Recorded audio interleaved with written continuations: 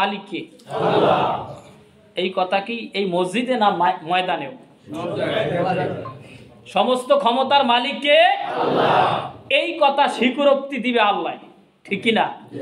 না, এই কথার স্বীকারোক্তি দিব আমরা যে আল্লাহ সব ক্ষমতার মালিক কে। কিন্তু যারা বিশ্বাস করে জনগণ সমস্ত ক্ষমতার উৎস, তারা কি শিরক কইছে না হয় নাই? শিরক কইছে। এই শিরক করার পরে যদি কেউ মারা যায়, তারে কি শরবত না গরম পানি? কথা কেন? গরম পানি। সুতরাং সমস্ত ক্ষমতার মালিক কে? আল্লাহ।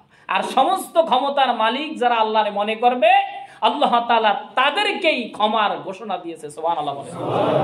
ক্ষমার ঘোষণা হইল তার জন্য যিনি আল্লাহকে সমস্ত কিছু বিলিয়ে দিবেন।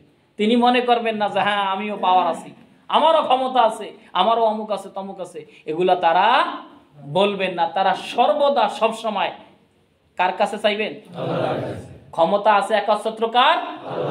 আল্লাহ। আল্লাহর ক্ষমতা ছাড়া আমাদের কোনো ক্ষমতা আছে?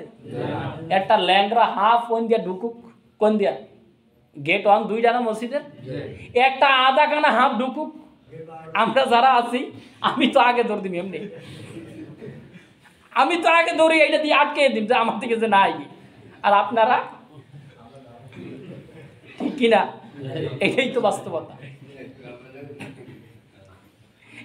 এটাই বাস্তবতা।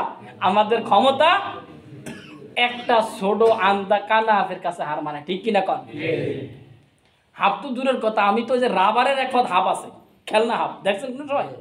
আরে এইয়া যদি রাতকে দেখে বিছনার মধ্যে, দরজা তোগাইয়া পাইবে? কথা কয় না? বরিশালিয়া বাসায় বলে তুমি দরজা আতাইয়া পাইবা না। এটা কি হাফ? শুধু খেলনা রাবারের হাফ। এইয়া যদি দেখে রে ভাই বিছনার মধ্যে, রে ভাই যে ল্যাব উঠাইয়া যাতি দেখেন যে এই রাবারের হাফ, আপনার হুশ আছে? দৌড়াইবেন না? শেষকালে একদম দৌড়ানোর পরে আপনার স্ত্রী যদি বলে তোমারে ভয় দেওয়ানোর লেগে তুইছি, আপনি রাগ হইবেন না খুশি হইবেন? রাগ না? তা আপনি কিসের ক্ষমতা দেখেন রে ভাই? আপনি তো একটা রাবারের হাফের কাছে অসহায়, ঠিক কিনা কন? একটা ভাউ এবং দৌড়ান ধরলে আপনি 3 মাইল দৌড়িয়ে যে এখন আইছে কি? আমরা তো ক্ষমতার মালিক, ঠিক কিনা? ক্ষমতার মালিক কে? আমরা কোনো ক্ষমতার মালিক না। সর্বশেষ একটা কথা কইয়া বিদায় নিচ্ছি। 14 ফেব্রুয়ারি